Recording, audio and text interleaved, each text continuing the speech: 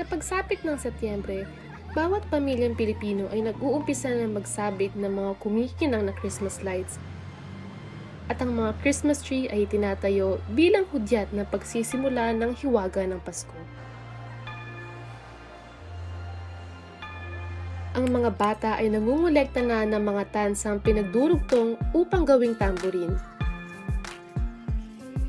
Ang simoy ng hangin ay lumalamig at ang mga parol ay nagniningning. Ang Pasko ay selebrasyon ng kapanganakan ni Jesus para sa mga Kristiyano. Ngunit bukod dito, kilala ang mga Pinoy sa pagseselebra ng pinakamahabang Pasko. Ika nga, walang tatalo sa Paskong Pinoy.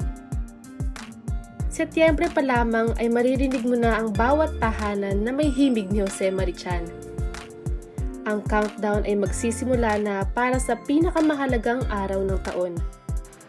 Ang araw na ito ay tinuturing na pinakamasayang araw, lalo na't kapag naamoy mo na ang halimuyak ng bibingkang galing sa tindahang buhay na buhay tuwing simbang gabi.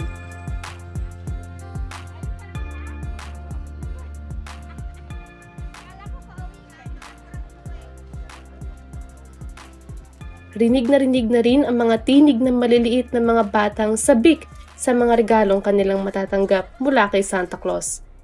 Hindi na nga may pinta ang kinang ng mga ngiti sa kanilang mga muka. Ngunit sa likod ng hiwaga at ningning na dala ng selebrasyon, marami pa ring pamilyang Pilipino ang nahihirapan at salat sa yaman.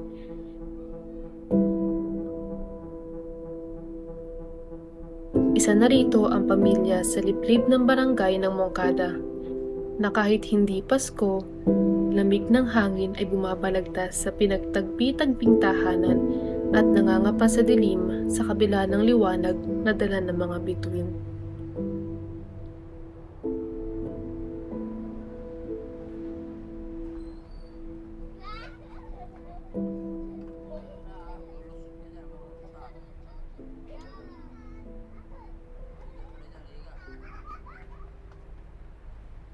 Si Giselle at Rodrigo ay mag-asawang walang permanenteng trabaho.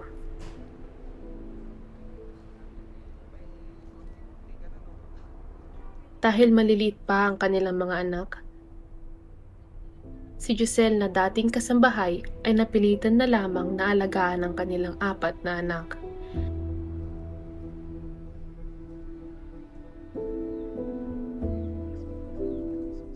Habang si Rodrigo na siyang padre de pamilya ang humahanap ng pagkakakitaan upang buhayin ang kanyang pamilya.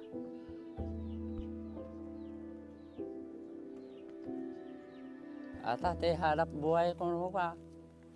Agala balang agala ti batik puas. Paano na nga ba nila mapaparamdam ang hiwaga ng Pasko sa kanilang mga supling? Ang 4 na anak ni Giselle at Rodrigo ay may simpleng hiling lamang sa darating na Pasko. Laruan na makakapagpatunay sa mga bata na ang hiwaga ng Pasko ay totoo. Simpleng Barbie doll lamang ang hiling ni Ara. Ngunit sa kanyang pamilya na kumikita lamang ng 50 hanggang 200 pesos kada araw, ang simpleng hiling ay mahirap nang bilhin. Kaya upang maranasan na magkaroon ng Barbie doll, ang mga bata ay nanghihiram na lamang. Hiram ako ng Barbie doll po. Nanghihiram ka lang. Tapos, sino kasama mo maglalaro? Si Angie po. Sino si Angie? Ang anak ni Auntie Ada po. Siya yung may Barbie doll. Po. Sa umaga, si Rodrigo ay pupunta sa ilog upang mag-ani ng mga kangkong na kanyang bibigkisin at ibebenta. Yung kinukuha kong kangkong naman, binibigay ko kay Pastor Dave, kay ano. So, kayo rin ho nagbebenta nun o may iba pong... Hindi, si Pastor Marcelo. Tapos paano po yung proseso ng ginagawa nila dun sa kangkong? Ano yung ibebenta lang ho yun na... Bibigkisin po, madam. Sa palengke ho? Oo. Dito, dadaling ko dito sa bahay, bigkisin ko pa. Tapos ang isang bigkis, pag may sa 3 pesos, ₱4 yung isang big case. Yun po ang... Yun na ho yung kinikita niyo, yung mga 3, 4, ganun. Oh, Sa yung isang isang big case case ho. lang po. Wala. Sa kanyang kikitain, ito ay sakto lamang para sa kanilang pamilya. Ngunit may mga araw na mahina ang benta. Kailangan niyang sumideline at minsan siya ay nasa bukid at nagtatanim upang may pandagdag sa kanilang gastusin. Habang si Giselle, sinisigurado na ang kanilang 4 na anak ay kahit papano'y malalamnan ang sikmura. Pagsapit ng pananghalian, ang pamilya ay sama-samang kakain sa papag na kanilang tinutulugan sa gabi at nagsisilbing mesa sa umaga. At sa darating na Noche Buena, kung suswertehin at may kikitain, dito sa mumunting papag na ito sila magsasalo-salo.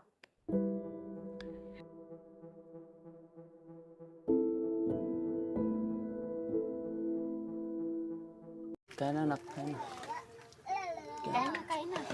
Doon po sa mga panahon po na nasabi niyong may, kumbaga parang mapagkukuhanan para mapaghandaan yung Pasko, para may celebrate po. Ano po yung mga kadalasan yung ginagawa ng mga panahon na yun? Pag minsan, madam, yung tanim, pag mayroon time na yung araw ngayon, Tapos yun yung lang.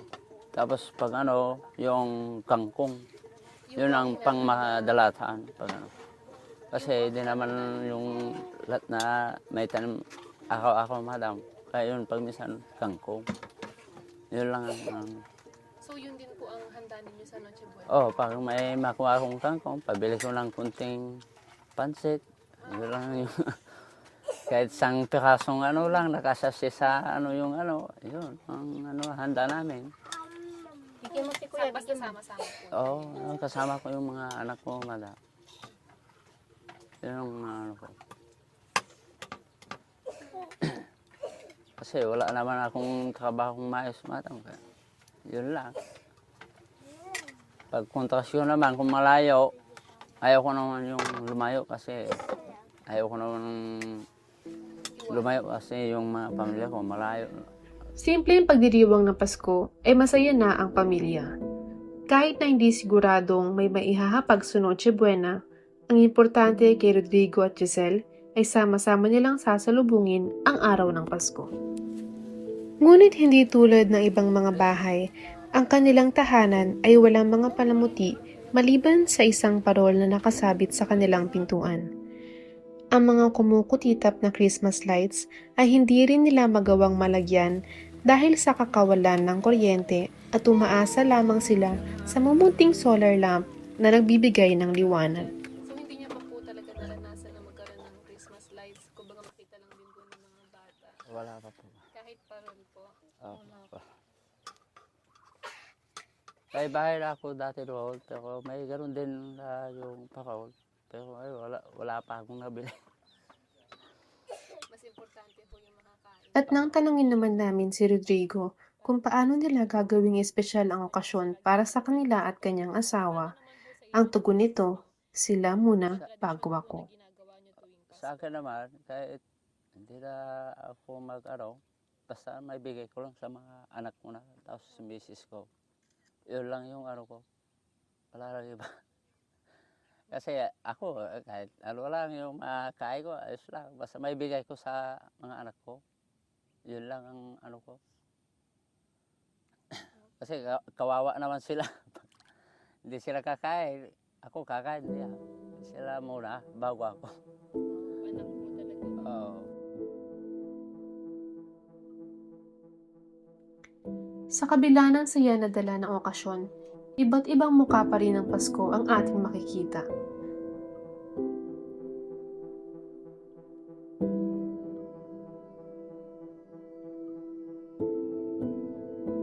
Ayon sa survey na ginawa ng Social Weather Survey noong September 14 to 23, 59% ng mga pamilyang Pilipino ang nagsasabi na sila ay mahirap at porsyentong ito ay may bilang na 16.3 million na pamilya. Sa kasamaang palad, isa rito ang pamilya nila Rodrigo na walang kasiguraduhan kung meron ba silang mayahapang sa darating na Noche Buena. Sa hirap ng buhay, Maraming pamilyang Pilipino ang nangangapa sa dilim sa kabila ng mga parol na nagniningning. Maraming bata ang nangangatugan tiyan, habang ang mga may kaya ay may handa na sa hapag o kaya naman ay nakukuha na nila ang kanilang mga Christmas wish. Si Giselle at Rodrigo ay patuloy na mangangarap at aasang sa darating na Pasko, laro ang pangarap ni Ara at ng kanyang mga kapatid ay maibibigay upang ang hiwaga ng Pasko ay kanilang maramdaman.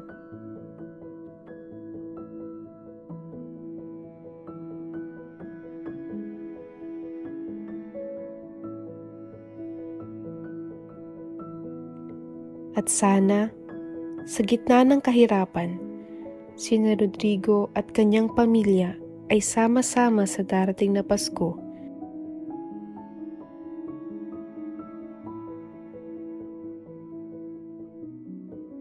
At ang ningning at simoy ng hangin ay patuloy pa rin magbigay ng pag-asa sa kanila na balang araw, ang kanilang Pasko ay hindi na gaya ng mga araw na nauna.